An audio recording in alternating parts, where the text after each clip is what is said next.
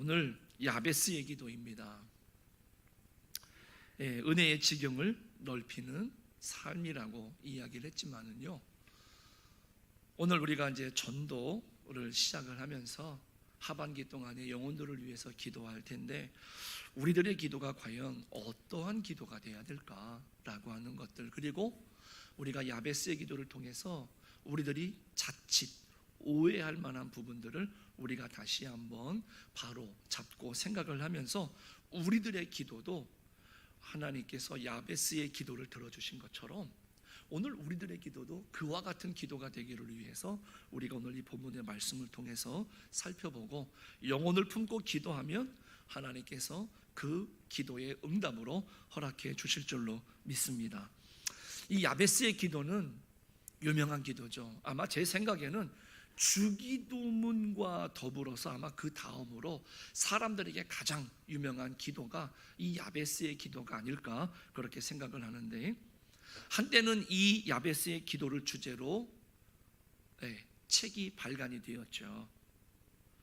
그 책이 많은 전 세계의 기독교인들을 마음을 사로잡았습니다. 그래서 어느 누구나 시키지 않았지만은요, 아침이면은 그 야베스의 기도를 외워서 하나님 앞에 드렸던 그런 한때의 역사도 있었습니다. 제가 먼저 있던 교회도 보면은 새벽 기도실에 보면은 이 플랜카드를 이렇게 야베스의 기도 딱 붙여놓고요, 그거 놓고 기도하고 그거 외워서 기도하고 그랬던 기억이 있습니다. 하지만 오늘 우리는 이 야베스의 기도를 생각하면서 한번 질문을 던져보고 싶습니다. 뭐냐면, 이 야베스의 기도가 그토록 폭발적인 인기를 끌었던 이유가 뭘까라는 겁니다. 왜 많은 사람들이 그 브루스 윌킨슨이 썼던 그 야베스의 기도, 이 책을 보고 난 다음에 그 야베스의 기도가 붐이 일어가지고 어느 누구나 할 것 없이 그런 기도를 드렸거든요. 왜 그랬을까? 또 하나는 혹시 그런데 이 기도를 나의 성공이나 나의 부나 나의 영토를 넓혀주는 어떤 마법의 주문처럼 여겼기 때문은 아닐까? 그래서 많은 사람들이 그런 마음을 가지고 이 야베스의 기도를 드리진 않았을까? 이런 질문을 우리들이 한번 생각해 봐야 됩니다. 만약 우리가 이 야베스의 기도를 개인적인 이기적인 욕망을 채우는 도구로 이용을 했다라고 한다면, 성경이 본래 전하고자 했던 그 깊고 풍성한 그 진리를 우리는 오해하는 겁니다. 잘못 아는 거예요. 그래서 이 시간 하나님의 거대한 구속사라고 하는 흐름 속에서 이 야베스의 기도가 품고 있는 진짜 영적인 의미 내지는 신학적인 의미가 뭘까라고 하는 것을 우리가 짧은 시간이지만 함께 살펴보고자 합니다. 먼저 이 야베스의 기도를 이해하기 위해서는 그 시대적인 배경, 즉 이 야베스의 기도가 기록되어진 역대상, 이 배경을 우리가 알아야 되는 겁니다. 이 역대기, 역대상, 역대하를 가리켜서 역대기라 그러는데, 이 역대기가 쓰여진 시기가 언제입니까? 이스라엘 백성들이 70년간 바벨론에서 포로 생활을 하다가 드디어 고국으로 돌아온 겁니다. 예루살렘으로. 그때 이 폐허가 된 예루살렘을 바라보면서 이 많은 이스라엘 백성들이 정체성의 혼란도 있었고, 과연 하나님이 우리를 버리신 건가? 그리고 하나님의 약속은 이제 지켜지지 않는 것인가?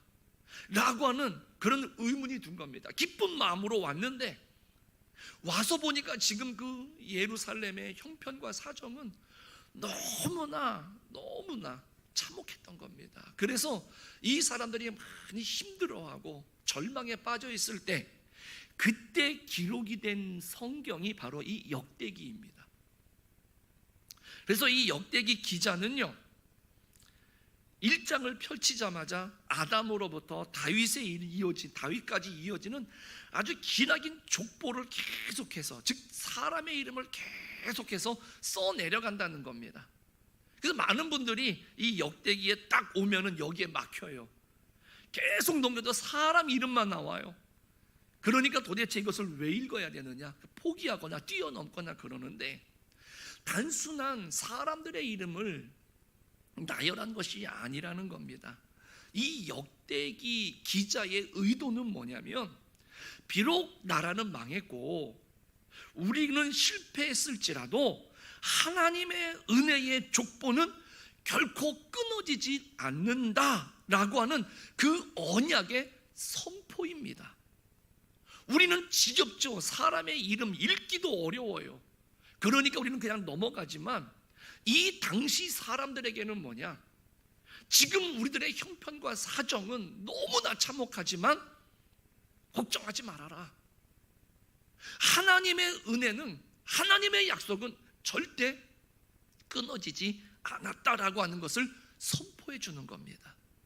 다시 말해서 길고 긴 족보를 기록하면서 하나님의 언약이 지금 우리들에게 끊어지지 않았다라고 하는 것을 그 지금 힘들어하는 이스라엘 백성들에게 이 역대기 기자가 설명해 주는 위대한 선언과도 같은 겁니다. 그런데 이름만 막 기록이 되다가 역대상 4장에 와서 오늘 본문입니다. 갑자기 그 족보의 흐름이 딱 멈춥니다. 그리고 야베스라고 하는 한 사람의 인생을 집중적으로 조명을 합니다. 이 야베스는 위대한 왕도 아니죠. 유명한 선지자도 아니었습니다. 그저 평범한 사람입니다. 그런데 그 사람의 출생과 그 사람이 했던 기도를 성경은 잠시 멈추면서까지 이 이야기를 우리들에게 소개를 하더라라는 겁니다. 이게 뭘 의미하는 것 같습니까? 하나님께서 이끌어 가시는 거대한 역사라고 하는 것은요, 몇몇 위대한 사람들에 의해서 하나님은 이끌어 가시는 것이 아니라, 이름이 없지만, 드러나진 않았지만 그런 한 영혼이 하나님 앞에 엎드려서 흘리는 그 눈물의 기도, 이것을 통해서 하나님은 그 역사를 만들어 가시고 그 역사를 구성해 가신다라고 하는 것을 오늘 이 말씀을 통해서 일단 우리들에게 말씀해 주는 겁니다.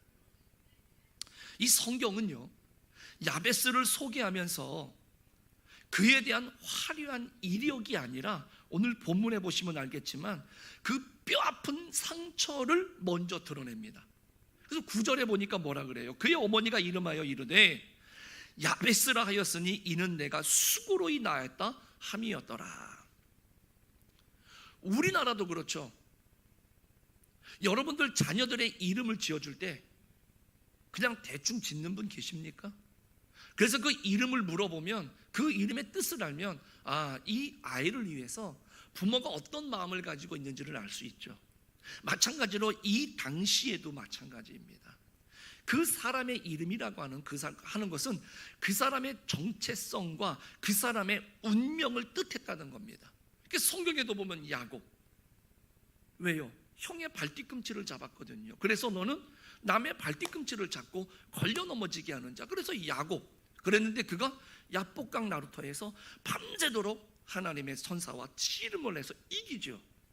그랬을 때 하나님께서 너는 더 이상 남의 발뒤꿈치를 붙드는 걸림돌이 되는 야곱이 아니라 이스라엘이라고 해라.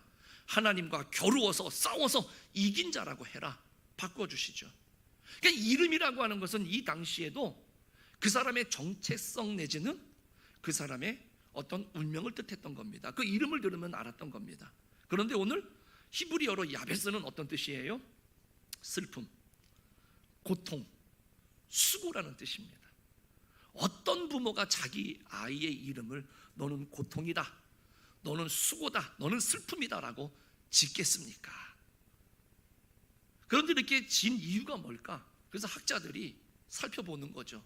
그랬을 때 두 가지로 추측을 합니다. 하나는 이 야베스가 태어날 때 그 가문에, 그 가족에 정말로 씻을 수 없는 굉장한 고난과 슬픔이 있었을 것이다.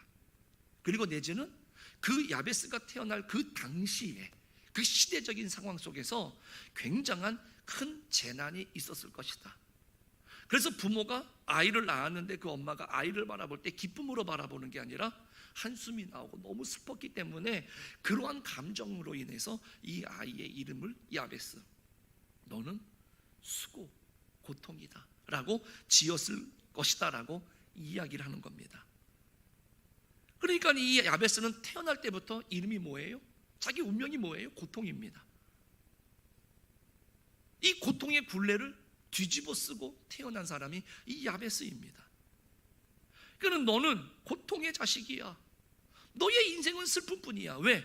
그 야베스라고 이름을 불러줄 때마다 사람들이 뭐라고 부르는 겁니까? 야 고통아, 너는 고통이야. 너는 슬픔이야. 너는 수고로움이야. 이렇게 불렀으니 그 굴레에서 그 딱지를 떼고 살 수가 있었겠습니까? 여러분들 오늘날 많은 과학들이 발전하지만은요, 여러분들 유명한 이야기라서 잘 아실 겁니다. 나무를 12그루 심어놓고 예수님의 제자들의 이름을 붙였죠. 그 이름을 불러주는데 사람들이 그 유다로 지칭된, 어떻게 돼요? 그 나무를 향해서 사람들이 볼 때마다 어휴 손가락질하고 어휴 계속 멀을 때 어떻게 돼요? 시들어 죽더라는 겁니다. 그러니 태어나서 너는 수고다? 너는 고통이야. 보는 사람마다 그렇게 이름을 부른다고 생각해 보십시오. 그 사람의 운명, 그 사람의 삶이라는 게 어떻겠습니까? 완전히 낙인을 찍은 거죠. 그래서 그 절망 속에 살 수밖에 없는 그런 삶의 모습을 가진 사람이 이 야베스였던 겁니다. 그런데 우리의 삶에도 이런 낙인이 찍힐 때가 있지 않습니까? 가난의 낙인, 질병의 낙인, 실패와 상처의 낙인들이 찍힐 때가 있더라는 겁니다. 그래서 그런 우리를 보면서 세상은 말합니다. 야, 안 돼. 너의 출신과 배경을 생각해봐. 지금 안 돼.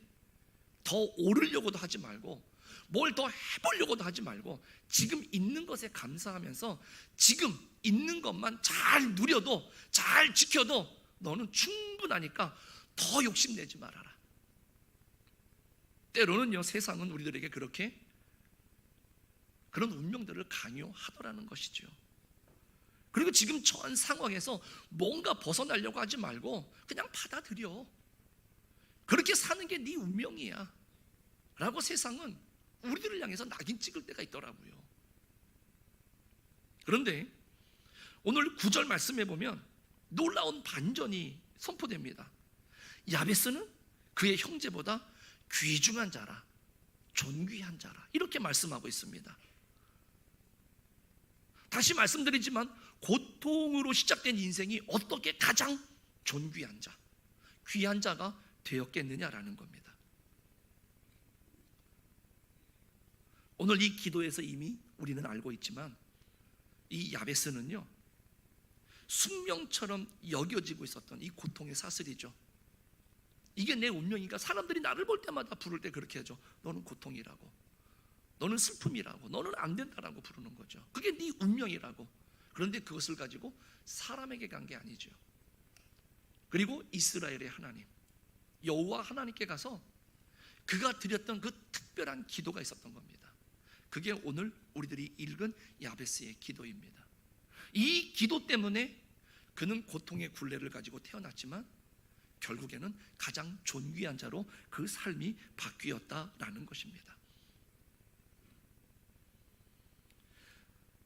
야베스는 자기의 운명을 그대로 받아들이지 않고 어찌 보면 하나님 앞에 기도하는 그 자체가 뭐냐면 내 운명에 대해서 항거하는 겁니다. 그것을 사람들 앞에 나는 아니라고 인정해달라고 말한 것이 아니라 있는 그대로를 가지고 가서 하나님 앞에 기도를 시작을 한 겁니다. 기도로 승부를 걸은 거예요. 그런데 이 기도를 우리가 자칫 오해하기 때문에 오늘 우리가 살펴보는 건데, 이 야베스의 기도는 결국 뭐냐? 하나님 언약의 백성으로서 하나님의 통치를 이 땅에 다시 회복할 것입니다 라고 하는 치열한 영적인 전투와도 같은 선언인 겁니다.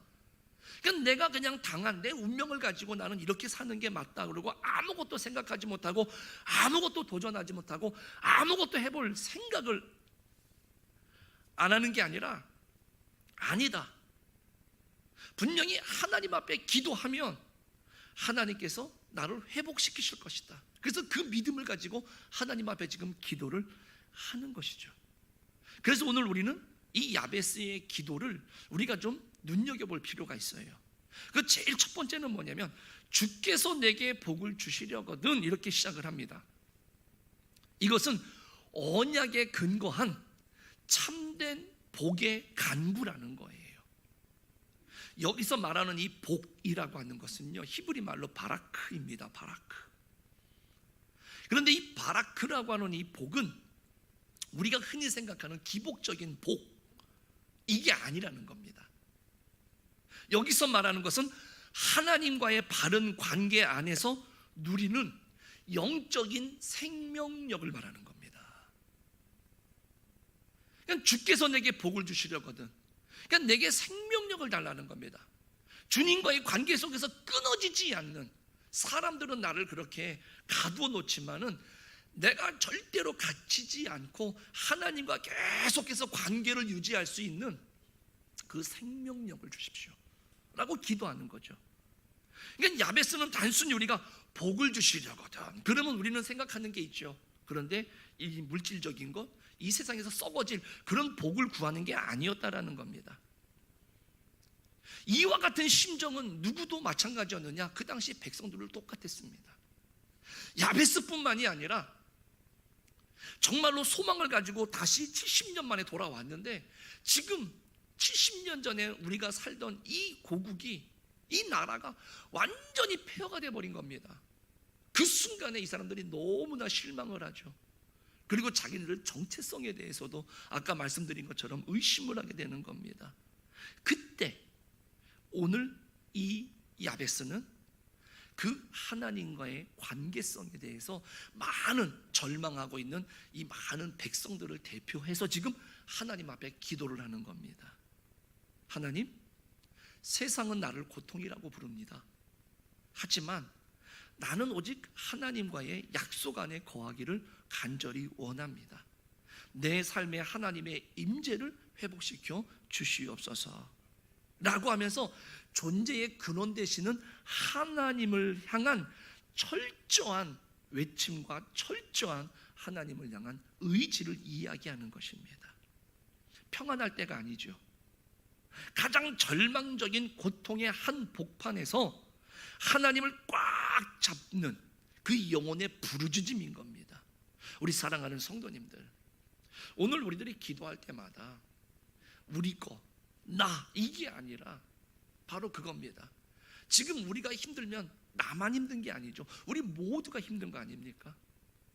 그럴 때 그런 사람들을 대표해서 뭐 하는 거죠? 내가 하나님 앞에 그런 복을 주시려거든, 그런 영적인 생명력을 유지하기 위해서 기도할 때 우리는 그와 같은 기도를 해야 되는 거죠. 오늘 야베스가 바로 그런 기도를 하는 거죠. 여러분들 오해하지 마십시오.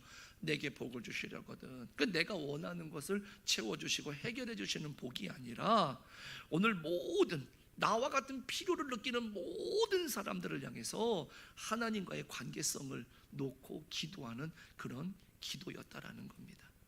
두 번째로 나의 지역을 넓히시고 라고 기도를 합니다. 이것은 하나님 나라의 확장을 위한 사명자의 기도라는 겁니다.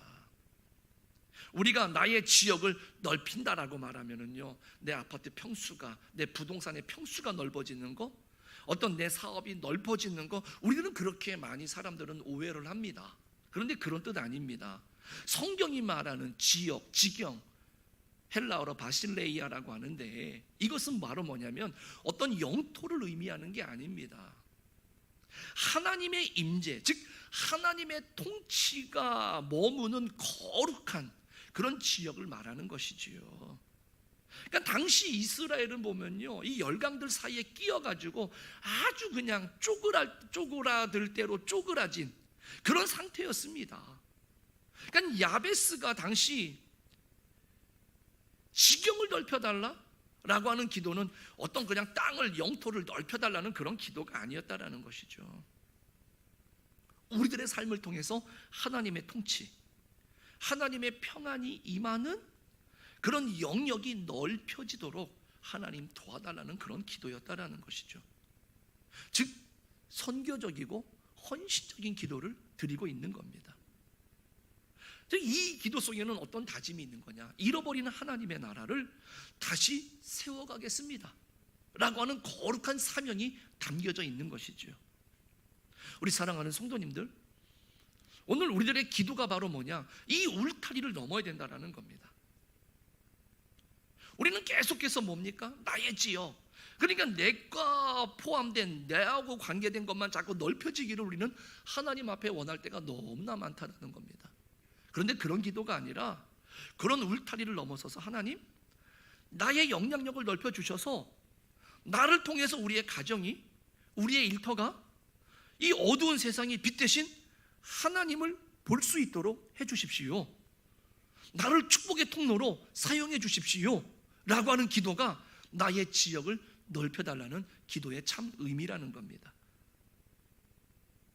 우리 사랑하는 성도님들, 우리는 내게 복을 주시려거든, 내 지경을 넓혀주시려고, 이것을 우리는 해석하는 방법이 있죠. 그렇게 오해해서는 안 된다는 겁니다. 세 번째로는 뭐냐? 주의 손으로 나를 도우사 나로 환난을 벗어나 내게 근심이 없게 하옵소서. 이거는 바로 뭐냐면 고통의 대물림을 끊어지게 하는 십자가의 기도다라는 겁니다. 우리나라 말도요, 이렇게 말장난이라 그러죠. 이렇게 말이라든가 발음이 비슷하다 보면 그것을 가지고 이렇게 뭐 코미디라든가 아니면 또 어떤 의미를 전달하는 데 있어서 우리나라 말을 그렇게 사용하는 것처럼 히브리 말도 아주 기가 막힌 언어의 유희가 있습니다. 바로 뭐냐면 9절에서 어머니가 야베스를 낳으면서 겪었던 수고, 내가 수고로 낳았다 그랬죠. 이 수고라는 단어하고요, 이 10절에서 말하는 야베스가 없게 해달라고 간구하고 있는 이 고통, 근심이라는 단어가 같습니다. 어근이 바로 뭐냐? 아차브라고 하는 단어입니다. 아차브. 그러니까 이 아차브가 바로 뭐냐? 고통이라는 뜻이에요. 수고, 슬픔이라는 뜻이거든요. 어근이 같아요. 그러니까 내 이름은 어머니가 뭐라 했어요? 나는 아차브인데, 나는 수고인데, 고통인데 내 삶에서 더 이상 이 아차브가 없어지게 해달라고 기도를 하는 것이죠. 이게 도대체 무슨 뜻일까? 이런 뜻입니다. 하나님, 제 이름이 고통, 아차브입니다. 저는 고통 속에서 태어났고요, 고통의 운명을 짊어졌습니다. 그러나 주님 손으로 나를 도와주셔서 이제 내 삶에는 더 이상 이 고통, 이 아차브가 없게, 머물지 않게 해주십시오. 내가 다른 사람에게 고통을 주는 존재가 되지 않게 하시고 내 대에서, 내 세대에서 이 아픔의 대물림이 끊어지게 해주십시오 라고 하는 기도가 바로 이 나로 환난을 벗어나 내게 근심이 없게 해달라고 하는 기도의 참 의미라는 것이죠. 여러분들은 어떻게 들리는지 모르겠지만 저는 이 말씀을 이렇게 준비하면서 이 기도 속에서 참 위대하다, 저는 참 많은 감동을 받았습니다.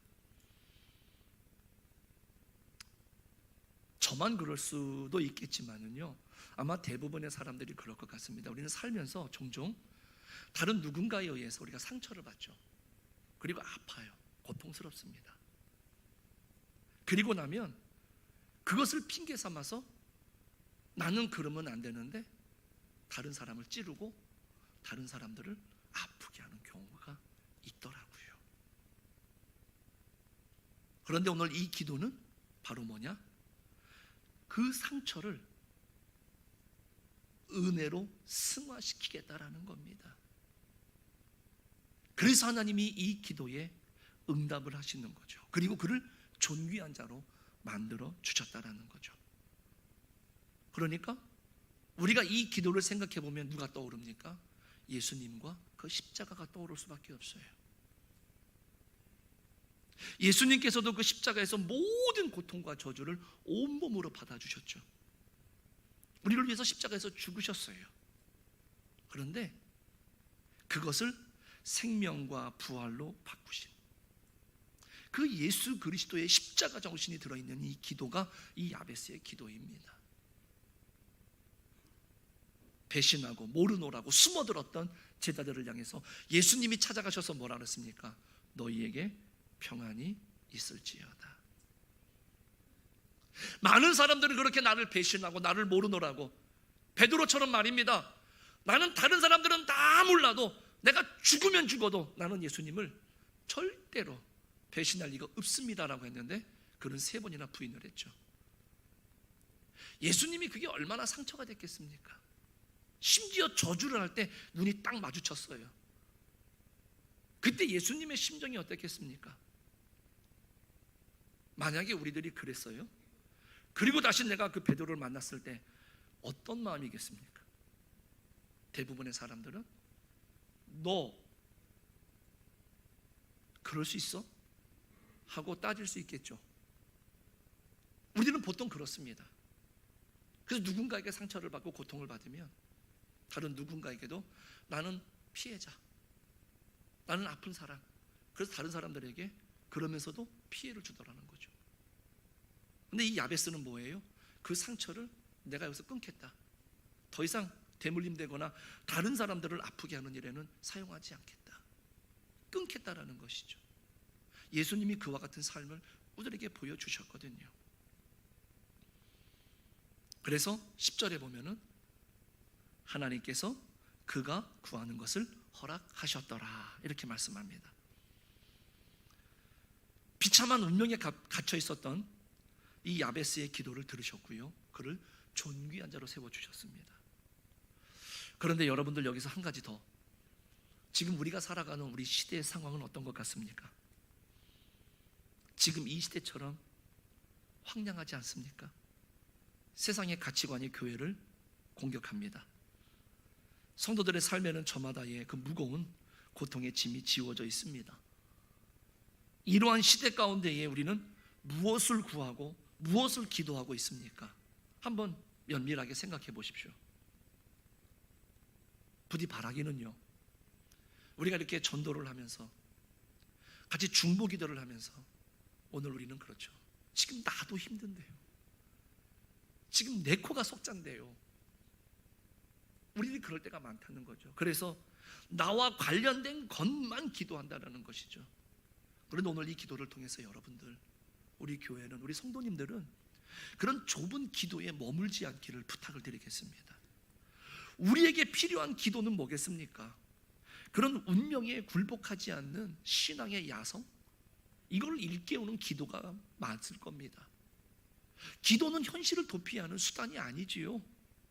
절망 한가운데에서 하나님 나라를 끌어당기는, 하나님의 약속을 끌어당기는, 하나님의 통치와 하나님의 다스림을 내 삶으로 끌어들이는 가장 강력한 무기가 바로 뭐냐? 그게 기도라는 거죠. 내 이름표에 새겨진 고통과 실패의 낙인들, 사람들이 말하는 거, 그거 두려워하지 마십시오.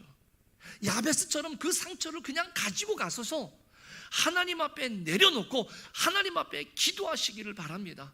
하나님, 나를 주의 손으로 붙들어 주십시오. 그래서 내 영적인 지경을 넓혀 주십시오. 내 안에 있는 아픔이 누군가를 살리는 생명의 통로가 되도록 하나님 도와주십시오. 이 참된 언약의 기도, 이 기도가 회복이 될 때 우리를 둘러싼 흑암이 거치는 것이고요, 우리의 가정이, 우리의 교회가 나아가서 이 땅이 하나님의 은혜로 충만해지는 역사가 일어날 것이다 라는 겁니다. 우리 사랑하는 성도님들, 우리가 매 순간마다 그냥 나 우리만이 아니라 우리 모두를 위한 이 야베스처럼 말입니다. 이거 오해하지 마십시오. 내게 복을 주시고 지경을 넓혀주시고 환난을 벗어나서 나를 새롭게 해달라고 하니까 그게 오늘 우리들의 어떤 욕심과 연결된 기도가 아니라, 이런 기도의 의미가 있었고 우리의 기도가 이런 야베스의 기도와 같은 기도의 모습으로 참된 언약의 기도로 탈바꿈해야 된다라고 하는 것을 기억하시면서 여러분들께서 고통의 굴레를 다 끊어내시면서 하나님 나라의 지경을 위대하게 넓혀가는 이 시대의 존귀한 야베스가 바로 우리 성도님들 한 분 한 분 모두가 되시기를 주님의 이름으로 간절히 축복합니다. 기도하겠습니다.